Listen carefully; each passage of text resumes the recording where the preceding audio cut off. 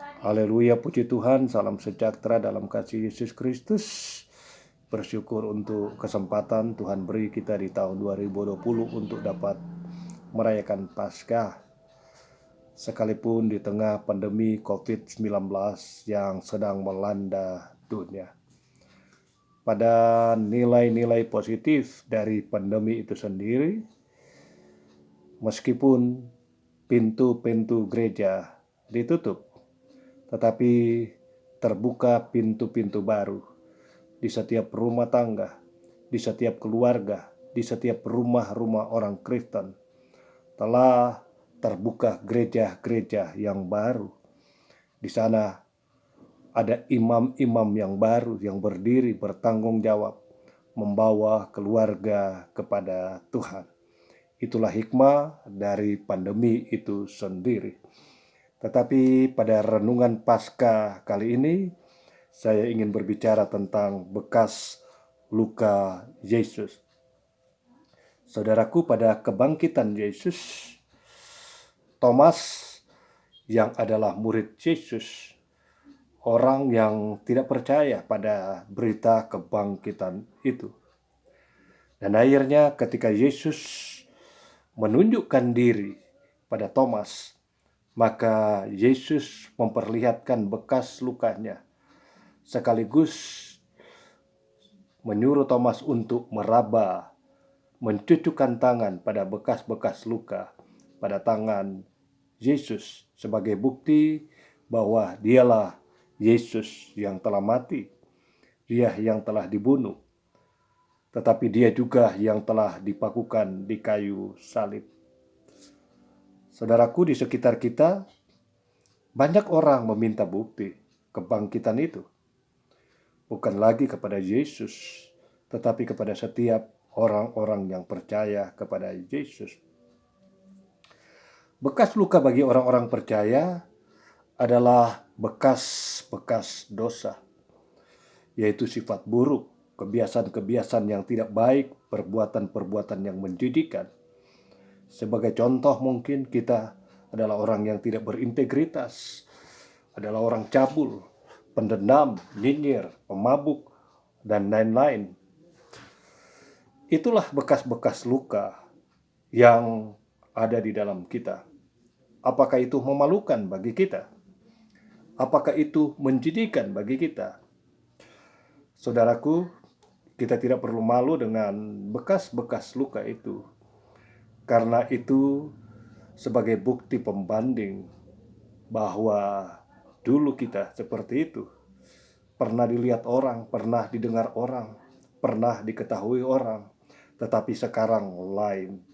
Artinya bekas-bekas luka itu untuk menunjukkan kepada dunia bahwa itu pernah ada, tetapi di dalam kita ada kuasa yang merubah hidup kita untuk menjadikan itu tinggal bekas-bekas dari kehidupan kita yang lama. Haleluya, semua itu terjadi karena kuasa kebangkitan Yesus. Filipi 3 ayat 10, yang ku kehendaki ialah mengenal dia dan kuasa kebangkitannya. Sekali lagi, puji Tuhan karena ada kuasa kebangkitan itu sendiri. Kuasa kebangkitan itu terjadi pada 3 tindakan aktif. Pertama, kita mati bagi dosa. Itu adalah tindakan aktif pada tingkat iman, yaitu ketika kita percaya sungguh kepada Yesus, maka pada saat bersamaan kuasa itu diberikan kepada setiap orang percaya. Sekali lagi, tindakan aktif pada tingkat iman, yaitu percaya sungguh kepada Yesus. Kedua, penguburan.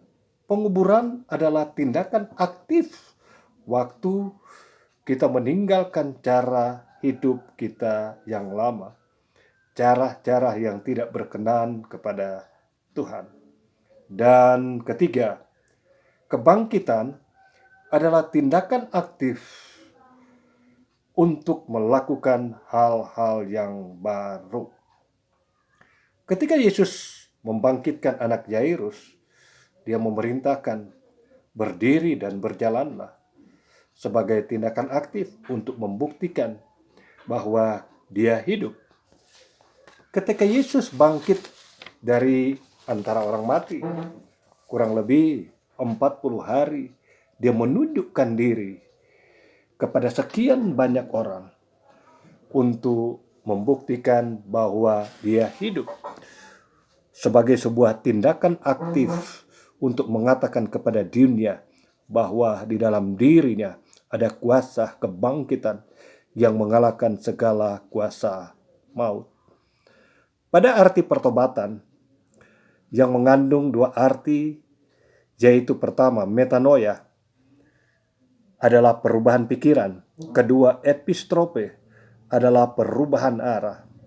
Perubahan arah ini diumpamakan seperti dulu kita berjalan ke selatan, tetapi setelah kita percaya kepada Yesus, kita berbalik arah 180 derajat menuju ke utara. Ada sebuah perubahan langkah, sebuah perubahan tindakan yang bersifat positif, yang bergerak aktif di dalam kita karena kuasa kebangkitan itu. Roma pasal 6 ayat 14, sebab kamu tidak akan dikuasai lagi oleh dosa. Kata dikuasai ini dari kata kurio, artinya menjadi tuan, menjadi Tuhan, menguasai dan memerintah. Artinya kepada setiap orang yang percaya tidak dikuasai lagi, tidak diperintah, dosa tidak menjadi tuan atau tidak menjadi Tuhan atas hidupnya.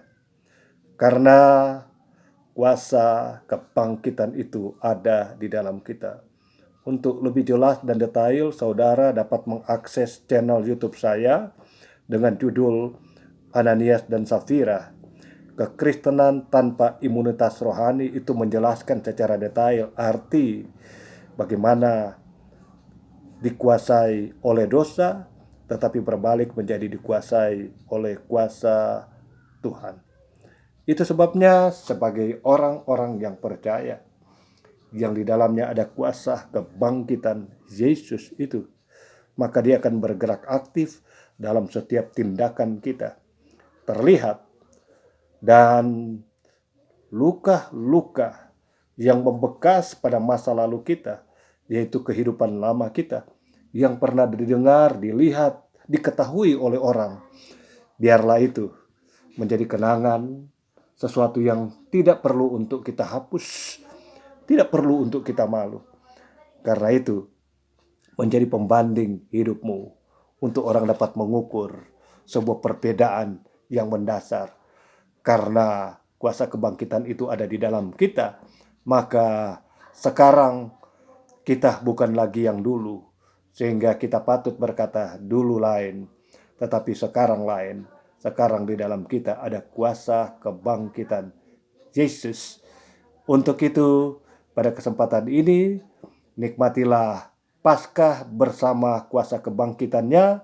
Selamat menikmati kuasa Tuhan. Haleluya. Amen.